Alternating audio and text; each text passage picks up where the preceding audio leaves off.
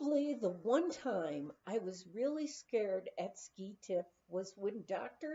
Peter Gray's second son, John, was born. Peter had come out for several years, always bringing a bunch of youngsters, putting them in ski school and watching over them.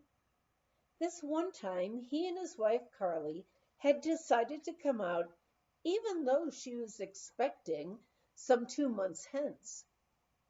I don't know if she skied that day, but I do know it was my night to cook.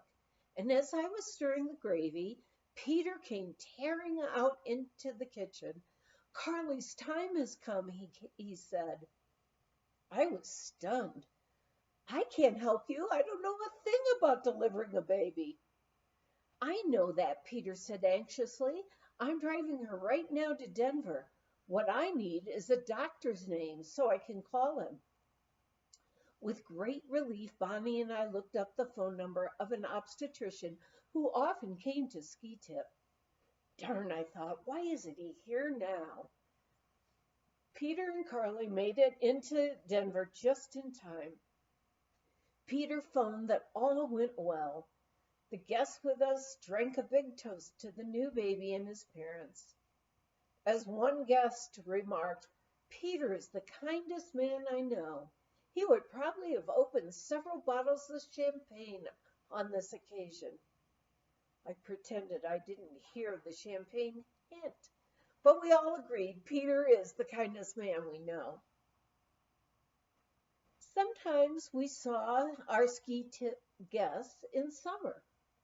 Peak 10 outside of Breckenridge had been discovered to have one of the longer and better summer snowfields in Colorado.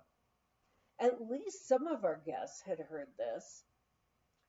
One day in mid-July 1954, some of our winter guests came from Chicago, arrived and announced they wanted to ski Peak 10. We, having a Jeep, could drive them up on the old Briar Rose mining road, which climbed to almost the base of the snowfield. Soon word got around that we were going to Peak 10. Harry Baum offered his Jeep also, and we had another party of skiers join us. It was quite a climb up the steep part of the snow. I wondered how our low-altitude guests would do. One fellow, climbing eagerly ahead of us, took a wrong turn and reached the peak next to Peak 10. There was a satellite dip between the two peaks.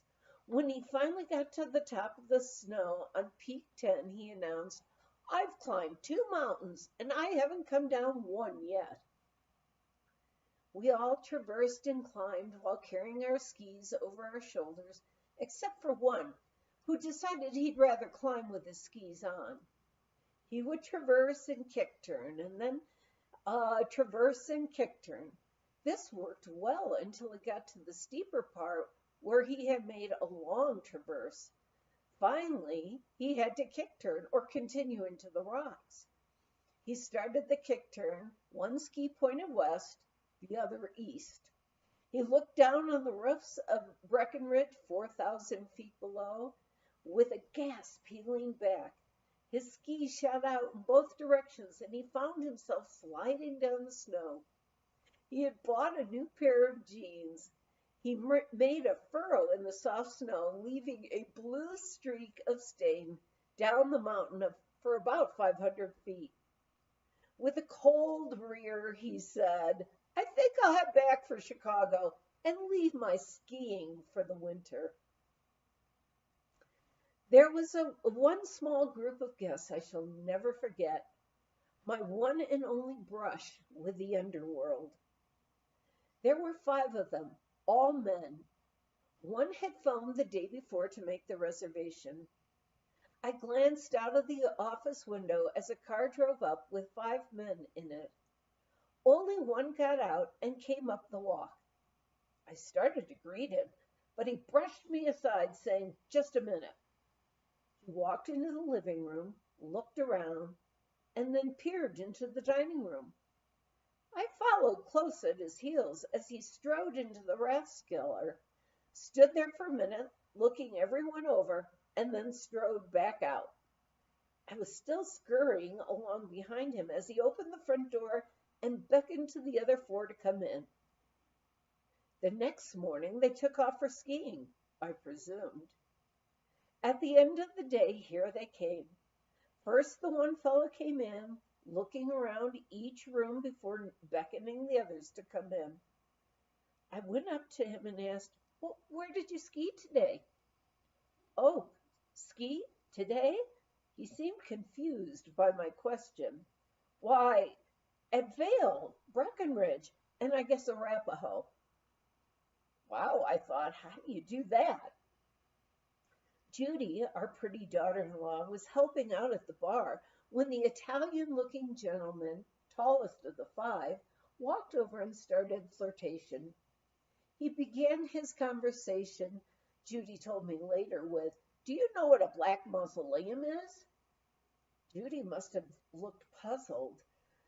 Then, answering his own question, he told her, "It's the trunk of a Pontiac." Judy wondered, "What's your business? I mean, what do you do?" "Oh," he answered her with a sly smile, "I'm a juice man." "A juice man? Do you mean you sell orange juice?" As Judy was pondering this, one of our wealthy Chicago guests walked into the rathskeller. The Italian man muttered, but loud enough for Judy to hear, "We should have a bit of his business." Later that evening, Judy related this weird conversation to our Chicago guest and to me. He laughed. "Edna, when they pay their bill in the morning, it will be in fresh new $20 bills. Do you have any idea who those guys are?" That nice article about Ski Tip in the Pontiac magazine, Safari, probably brought them here. "But don't worry," he assured me. "Having seen Ski Tip, they won't want a piece of this business."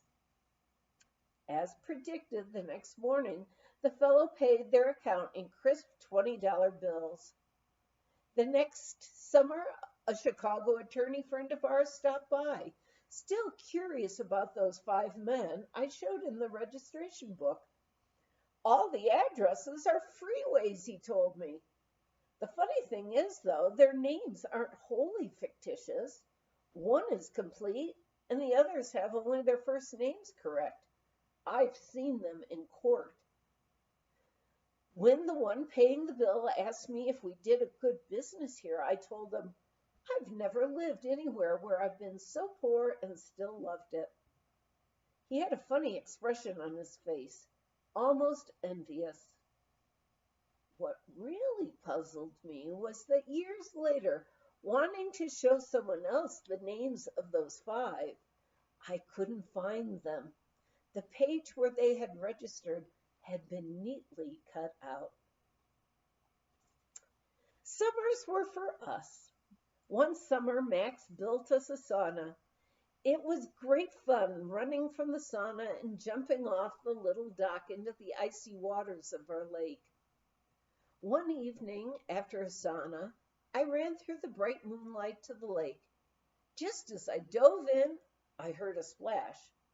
I couldn't stop in midair, so I prayed, "Oh my God, don't let me land on a beaver's back." Hastily climbing back on the dock, I watched the beaver, as frightened as I was, swimming to his house. Cutting through reflections in the moonlit water, he left a silver-edged wake.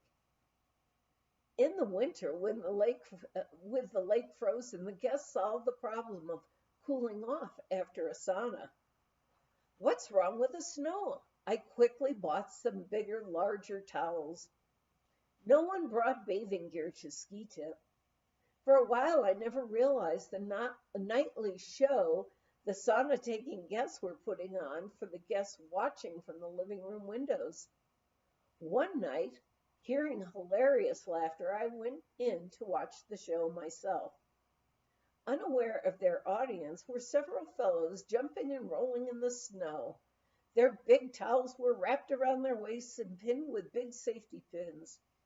Now heavy and wet with snow, the towels began to sag and slip down till they hung from their hips. "Oh no," said one of the audience. "We were there just now, too. We must have looked like those guys, like a bunch of Indians getting ready to storm the fort at night." It was 1 a.m., and I was sound asleep in our bedroom upstairs. The head of our bed was against the wall, which backed onto the living room fireplace. Suddenly I was wakened by sharp and loud hammering right near my head. Wondering what was happening, I hurried through and threw a robe on and rushed downstairs. Peeking around the corner into the living room, I saw Max and some of the guests looking up to the top of the fireplace. "Hi, Mom," Dale Gallagher, our local Forest Service ranger, greeted me. He was practically upside down and suspended from ropes near the peak of the roof. "I'm showing your guests how to climb a rock face. I'm going across the ceiling over to those beams.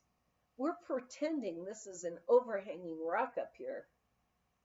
I watched in fascination as he proceeded like a human fly.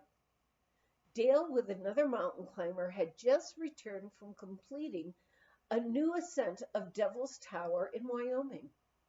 Life magazine had published photos of these two men dressed in white to show up better as they made the ascent of the vertical rock face of this dramatic tower.